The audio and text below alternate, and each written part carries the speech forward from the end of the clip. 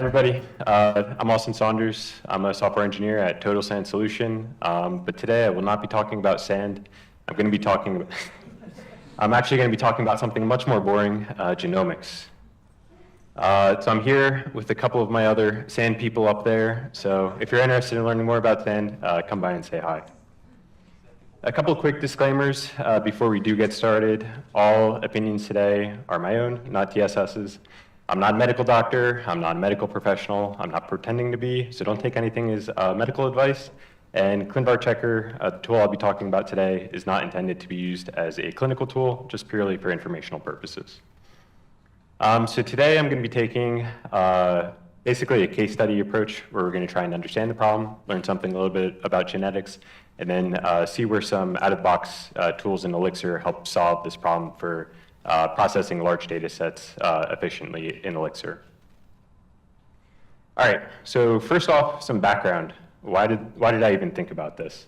So I was scrolling the news one day when I saw this really scary headline almost exactly a year ago. And basically what it was saying is that for those of you who don't know, there's a gene variant group called the BRCA genes, which stand for breast cancer-related genes. And there was a lot of past research showing that it was tied to an increased risk for breast cancer and other female-specific cancers, but with more recent research, they were showing that there was higher risk in male-specific cancers like prostate cancer and also shared cancers like pancreatic cancer. I do have a family history of all those cancers, so I was genuinely curious, do I have this variant? So I guess zooming back a little bit, about 5 years ago, for Christmas, I was actually gifted a 23andMe Ancestry and Health Kit. I spit in a tube, I mailed it off, and I waited for about a month when I received an email saying, your results are ready for review. I hopped onto the website, I looked at the Ancestry portion, I thought it was really cool. How do they know where I'm from? I looked at the medical reports, and there wasn't anything really glaring on it. But then I zoomed into when I saw this article, and I thought, wow, so much time has passed. There's constantly new gene variant research. Is there anything new in these reports with the new research that they've done? So I logged into 23andMe, and for the first time in my life, I read the fine print. And the fine print said that they only test for a subset of the BRCA variants, not all of them. And the reason the slide before was called the $200 problem is they would provide you some of these new medical reports, but it would cost you $200 per year. So now I'm sitting at my computer wondering, do I really want to let $200 go to access this, or is there a different way? And this is when my wife, Isabella, enters the picture and says, you know you can just download the data on 23andMe. I've already done it myself last week. And I was like, wait, what? And then she also said, you're a software engineer. Why don't you just build it yourself? So to add a little bit more insult to injury on that one, Isabella's also a software engineer. So I kind of took that as a challenge, and this was an interesting problem, and I was like, you know what, why not try and solve it?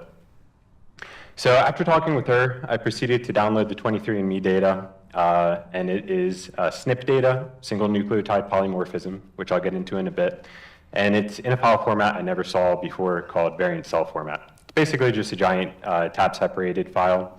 And there's some key pieces of information which I'll show on the next slide, and then a bunch of metadata. And it was about a little less than 20 megabytes, and it represents, ironically, about 0.023% of my full genome. 99.9% of human DNA is actually shared across everybody. It's that 0.1% that makes you who you are. So you can really get really far with just a small amount of data. And specifically, they're only looking for the ethnic portion and the ancestry portion. So they're able to do that with a very slim piece of data from you. So this is what it looks like, kind of ugly. We're concerned with the chromosome, position, reference, and alternate, and then one of the metadata fields. So on the 23andMe data itself, that's not a reference data set, so they actually smush your alleles together. So instead of breaking out to reference and alternate, it would just be like GA instead of the two separate columns. All right, so at this point, I had all my personal data, but where do you find open source variants? Is 23andMe really doing this all themselves, or are they getting it from somewhere else? And it turns out that there's a lot of different places that publish this data. One of the largest is the National Institute of Health's ClinVar database. So researchers do all of their genetic research, and then they either tie it to a disease or drug response, and they submit their findings to ClinVar. Then it naturally goes through a promotion, confirmation, or demotion process based on other people's research, and this data set is constantly being updated. There's new metadata associated with it, and the most important thing that's fun is the data is available via an FTP server, and it's also in a compatible data format, also VCF. So we could use it. So now you're probably wondering, all right, that's cool, but why should we care? Well, from the time I started working on this project, here are some of the screenshots of other news articles I've noticed. There's a lot more, but these only fit on the page. Who all wants to lose their health insurance? Nobody.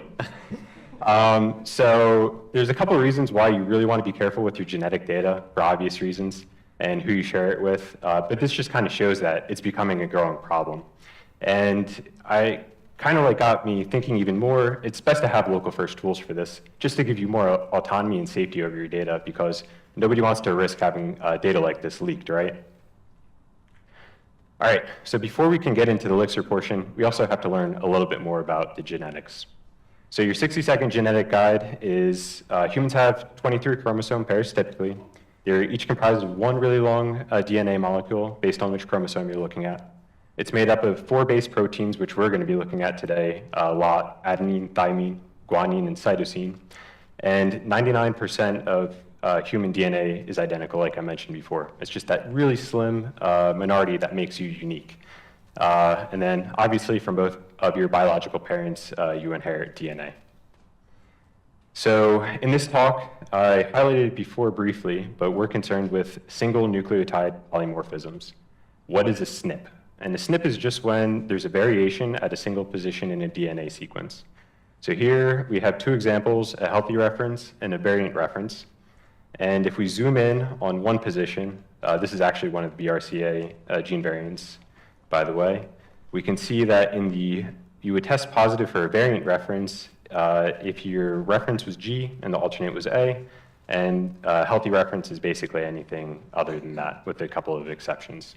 There's also something called multinucleotide polymorphisms, where you can have multiple variations, but given the nature of the data dumped from 23andMe, that's a much harder problem to diagnose, and you need a lot more DNA for that. So we're just going to be focusing on SNPs today. All right, so at this point, we know that we have VCF data from 23andMe with a subset of our data. On the ClinVar side, we know what all the variants are that the researchers are doing research on. So how do we actually tell whether we have a variant or not? And this is a little complicated. There's 2 different types of matches. So when we're not looking at the X chromosome, which is the male-only chromosome, and the genotype has differing alleles, for example, adenine and guanine, we do 2 lookups in our table. And the reason we do this is because the 23andMe does personal calls, so you don't actually know what the reference in the alternate is. It could be either or. So you just do 2 lookups, where the first allele is the reference, second is the alternate, and then vice versa. If we're not looking for that, we also have homozygous matches. So when we are looking at an X chromosome, or the genotype calls are identical, like adenine and adenine, we do 1 wildcard lookup in the variant database for that. I see a lot of confused faces out there, so it's a perfect time for a pop quiz. So I have some spare Halloween candy. I'm going to be showing 23 or ClinVar variants, and then I'll show the corresponding 23andMe data. You just say match or no match. First person to get it right can either choose a Reese's Pieces or M&Ms. So let's get to it. So we also have a BRCA variant here for ClinVar at chromosome 17, position blah, blah, blah, reference G, alternate A. For 23andMe, this is what we have. Match or no match? No? Okay, yeah, it's match. And what kind, do you know what kind of match? It is a heterozygous match. So what do you want? Reese's Pieces or M&Ms? All right, here you go. I also have stickers at the end. You can come find me. All right, question 2, same variant, ClinVar variant. Now we have this 23andMe data. Match or no match? No match. Was it you again? All right, you can pick a friend. But it is no match. What do you want? I think it was somebody in that area. Someone else can have this one. Reese's Pieces? M&Ms? M&M's. Okay. First person to answer. Oh, sorry. Okay, same variant, this 23andMe data, match or no match? No match. It is no match. And why is it no match? I don't know. All right, it's actually a trick question. The position is slightly different. So what do you want? Reese's Pieces or M&Ms? M&M's. All right, there's somebody back there. All right, let me. Ooh, all right. And then we got one more. So this one is actually on the X chromosome, and this is the male red-green color blindness, one of the variants for that. Match or no match? Hmm? What? Oh, sorry. It is a match. What kind of match? Yes. All right. So you get one and you get one. What do you all want? I got both? All right, you get a Reese's, and I guess I'll just chuck them all. Okay, so now on to the fun part, Elixir. So before I dive into the code, I just want to highlight the results because I think it's pretty impressive that you can do something like this using pure Elixir. So the 23andMe data, as I mentioned before, is less than 20 megabytes. The ClinVar data grew significantly since I started working on this. It's under 2 gigabytes now.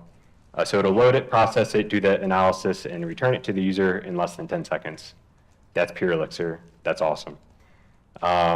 So at a broad level, we talked about some of how we solve this piecemeal, but at a very broad level, we want to load the ClinVar data, we load the 23andMe data, we do a lot of lookups and save the positive matches, but now the added challenge is, how do we do this as fast as possible so people don't quit the program on us, right? We want to do this locally, not on a server. So at a very high level in Elixir, we have 3 different ways to process data collections. We have your run-of-the-mill everyday enum, where your intermediate values are created every single time you call it, and everything is processed on one core. If we think about this as a pyramid, we can go up one level, and we also have the kernel stream for lazy data processing.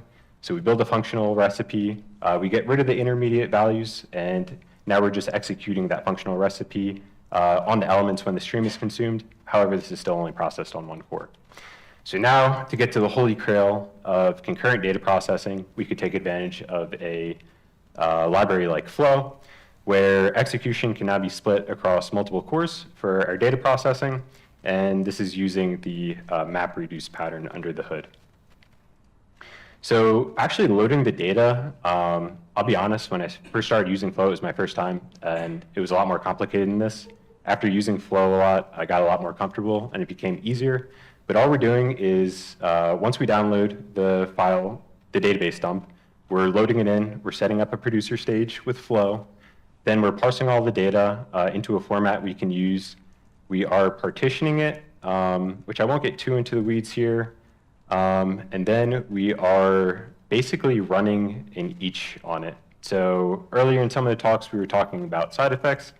We're using Flow cleverly here, not to actually return the data to us, but we're interested in a side effect. So we're actually going to be loading this data into an ETS table that we're going to be referencing in a separate part of the program.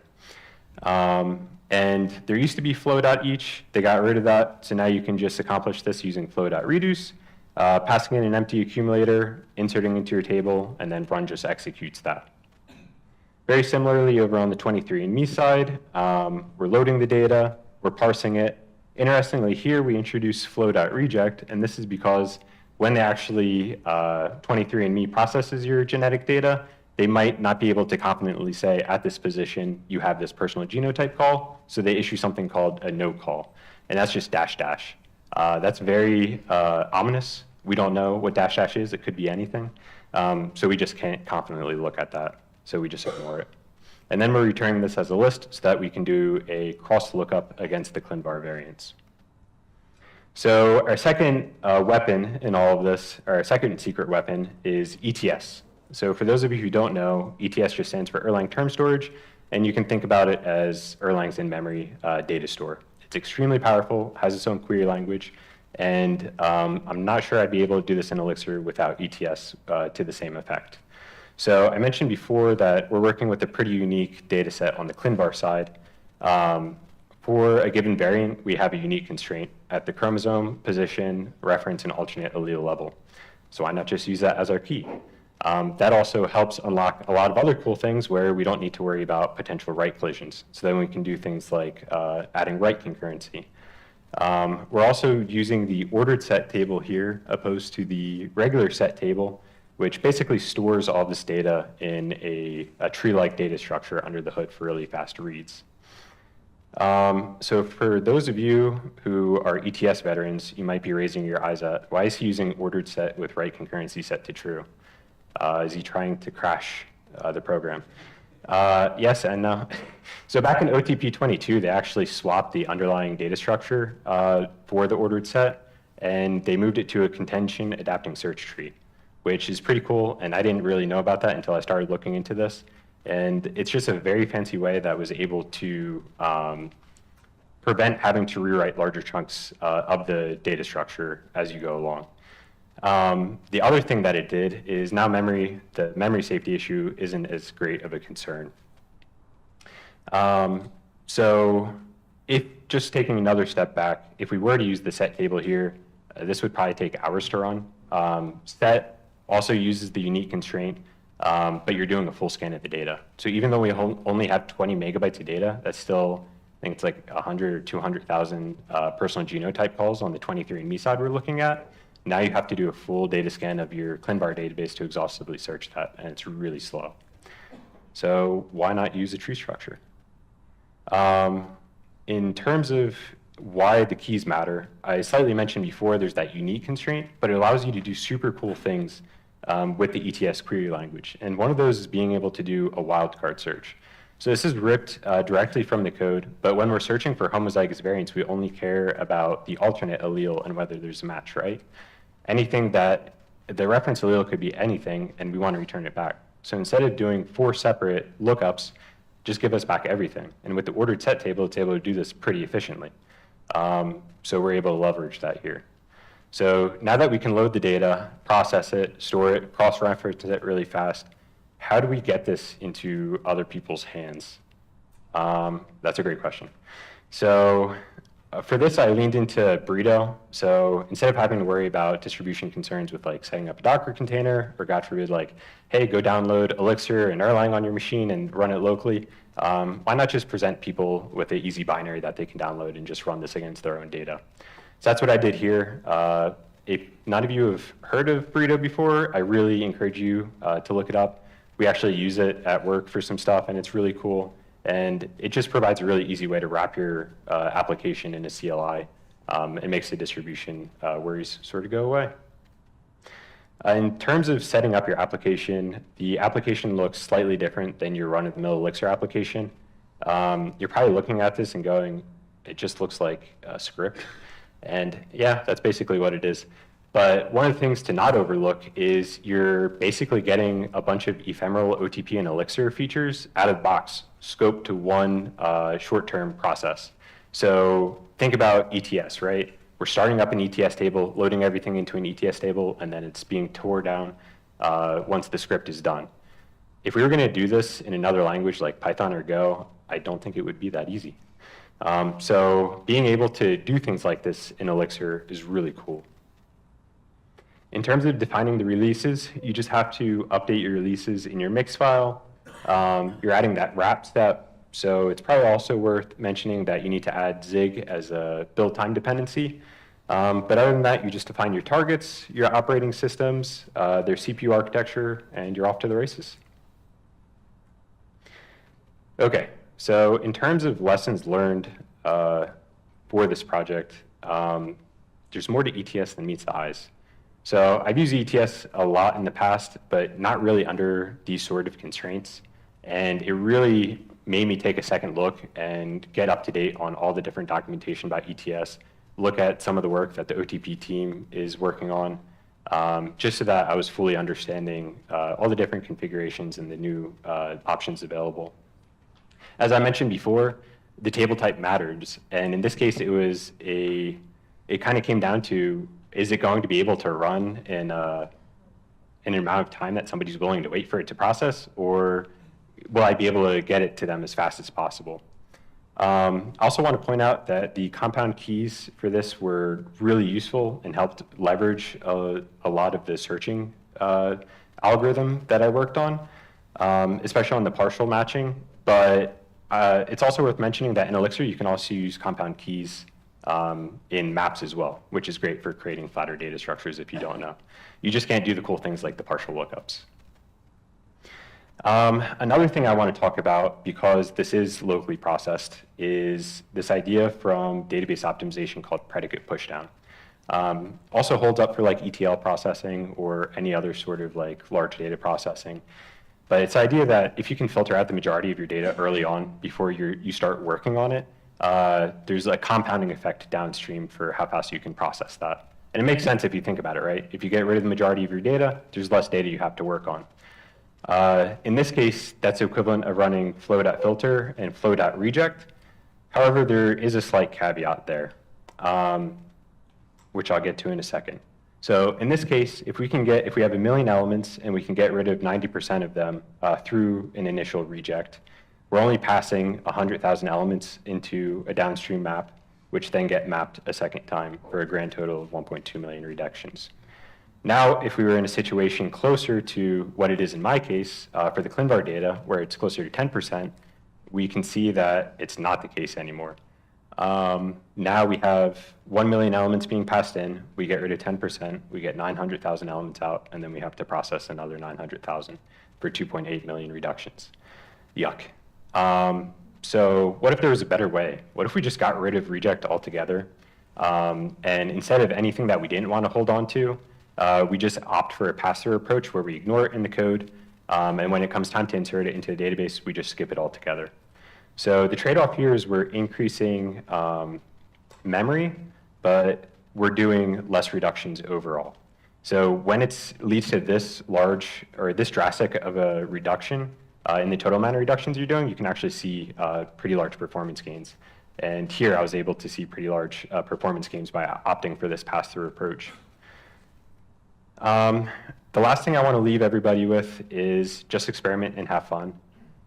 So when you're learning some of these denser libraries like Flow or ETS, the documentation is great, but it's just a hard topic. So the best way to learn it is just pick something that you can apply it to and get your hands dirty.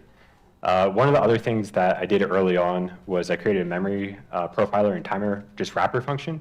And as I mentioned before, reading the docs was really important in all of this. So I opted for an experimental approach where I would change some of the configuration values or change what the pipeline looked like, wrap it, and then I could instantly see the effect on my pipeline, the overall performance. And as I was working on this project, not full-time, but like on and off over a couple months, I was able to reference my notes, see what I already tried, see what might be new, and just iterate a lot more efficiently than if I didn't have any notes whatsoever. And as I mentioned before, as I got like towards the end, things became a lot more simpler than what I started with. So just get out there and maybe give Elixir a chance in scientific computing. Cool. Thanks everybody for listening to my talk.